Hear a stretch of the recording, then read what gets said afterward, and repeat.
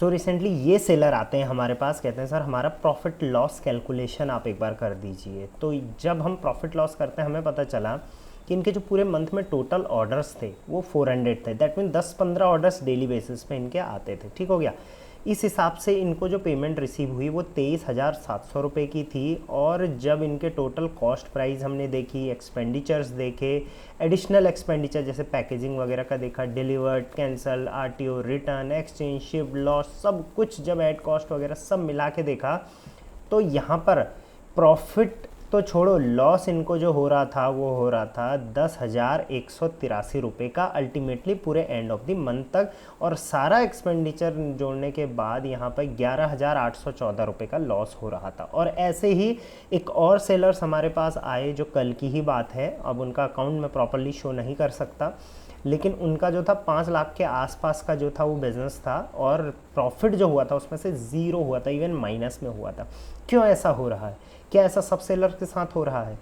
मीशो पर ऐसा क्या चीज़ है जिसकी वजह से सेलर्स को ये रेड यानी कि लॉस फेस करना पड़ रहा है? आप अगर मीशो पे बेचने की सोच रहे हो या ऑलरेडी बेचते हो और अगर आपको ये चीज़ नहीं पता तो बिलीव मी आप भी अल्टीमेटली लॉस में जा रहे हो। चलिए आज की वीडियो में वो सारे पॉइंट्स बताऊं जिसकी वजह से ये सेलर लॉस में गए हैं। देखना कहीं आप भी तो वो गलती नहीं कर रहे हो।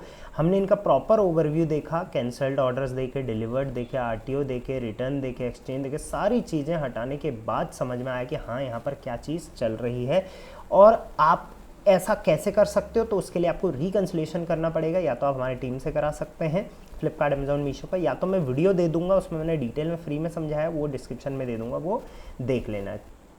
तो चलो फटाफट जो टेक अवेज हैं उनको नोट डाउन करते हैं। सबसे पहले हाई रिटर्न्स की वजह से यहाँ पर जो है वो लॉसेस फेस करने पड़ रहे हैं सेलर को। अब हाई रिटर्न किस किस वजह से थे? वो थे लो क्वालिटी आइटम की वजह से, ओवर प्रॉमिस कैटलॉग में दिखाया गया कि इस प्रोडक्ट से ये हो जाएगा, वो हो जाएगा, ये प्रोडक्ट इतना बेहतरीन है, इसकी प्रॉपर इमेजेस देखी गई और बाद में पता चला कि उसकी क्वालिटी ही उस लायक थी नहीं। फेक रेटिंग्स अपने एंड से डलवाने की कोशिश करी गई थी जहां पर कि कस्टमर को लगा कि हाँ ऐसा एक्चुअल में होगा और अल्टीमेटली वो लॉस फेस करना पड़ा उसे। मल्टीपल कैटेगरी में सेलर सेल करने की कोशिश कर रहे थे जिसकी वजह से कोई भी कैटेगरी उनकी प्रॉफिटेबल नहीं हो पा रही थी। मिडिल मैन से सोर्सिंग चल रही थी, डायरेक्ट कहीं मैन्युफैक्चरर से सोर्सिंग ना चलने की वजह से आपकी जो कॉस्ट प्राइस होती है वो बढ़ जाती है। सो पहला रीज़न तो ये था हाई रिटर्न्स की वजह से। दूसरा जो रीज़न था यहाँ पर वो था नो रिटर्न्स मैनेजमेंट, यानी कि सेलर कभी भी रिव्यूज़ को सीरियसली नहीं लेते थे। रिव्यूज़ में कस्टमर ने कुछ लिखा तो उनको लगा भाई ये नहीं है, ठीक नहीं है, चलो जो भी बोला कस्टमर ने उनको सीरियस नहीं लेते थे। नो पेमेंट रिकन्सिलेशन कभी करा ही नहीं था। अगर ये पहले कर लिया होता, पता चल गया होता हम लॉस में हैं तो हम उसको इम्प्रूव करते। ठीक है। मिस शिपमेंट्स बहुत हो रही थी। कई मैक्सिमम जो रिटर्न्स थे वो किस वजह से थे कि मंगाया ये था, ये मिल गया, ये कलर मंगाया था, वो कलर मिल गया, ये साइज़, वो साइज़। तो ऐसा मिस शिपमेंट कई बार सेलर्स कर रहे हैं। नो क्लेम्स फॉलोअप, क्लेम्स के जो फॉलोअप्स थे, क्लेम कर तो रहे थे सेलर लेकिन कई तो फेक ही कर रहे थे, कई प्रॉपरली नहीं कर रहे थे और उसके बाद उसके फॉलोअप लेने बहुत ज़्यादा ज़रूरी होते हैं कि मुझे प्रॉपरली क्लेम नहीं मिला है वगैरह वगैरह। ठीक है, दूसरा रीज़न ये था। तीसरा रीज़न क्या था यहाँ पे? देखना इनमें से आप कोई चीज़ फॉलो कर रहे हो तो डेफिनेटली आपका बिजनेस भी लॉस में जा सकता है।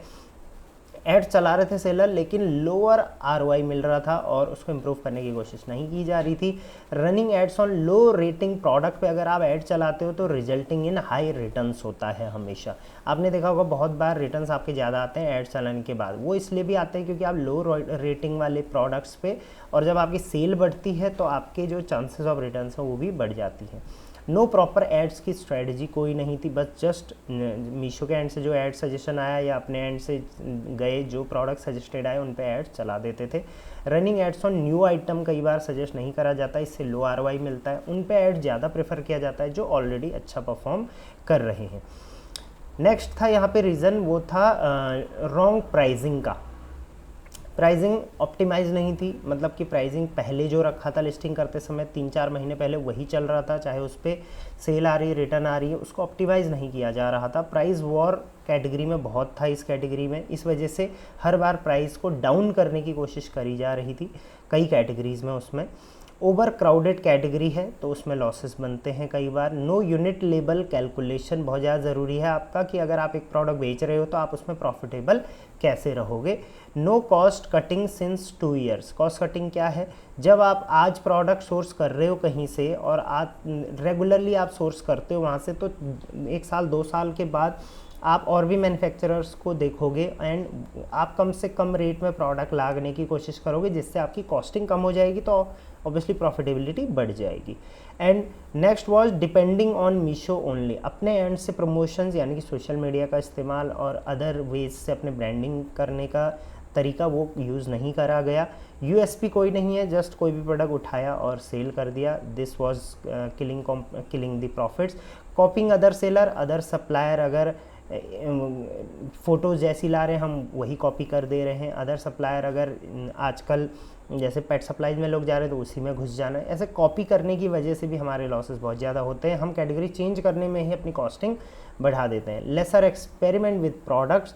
प्रोडक्ट जो आज हम लेके आए हैं, हमने 50 लिस्टिंग कर दी, हम उन्हीं 50 लिस्टिंग को 1 साल 2 साल 5 साल तक चलाने की अगर कोशिश करते हैं तो एक्सपेरिमेंट हम उन प्रोडक्ट्स में कॉम्बोज नहीं बना रहे हैं, हम उसमें नया सिलेक्शन नहीं लेके आ पा रहे हैं, हम उसमें टॉप सेलिंग देख के उसको वेरिएशन नहीं बना पा रहे हैं, तो आपका प्रोडक्ट जो है वो नहीं चलेगा। अल्टीमेटली आप लॉसेस में जाओगे। मेरी टीम्स के नंबर दे रहा हूँ, फटाफट से अपना अकाउंट्स दिखाइए और पता करिए कि आपके अकाउंट में प्रॉफिट लॉस क्या चल रहा है।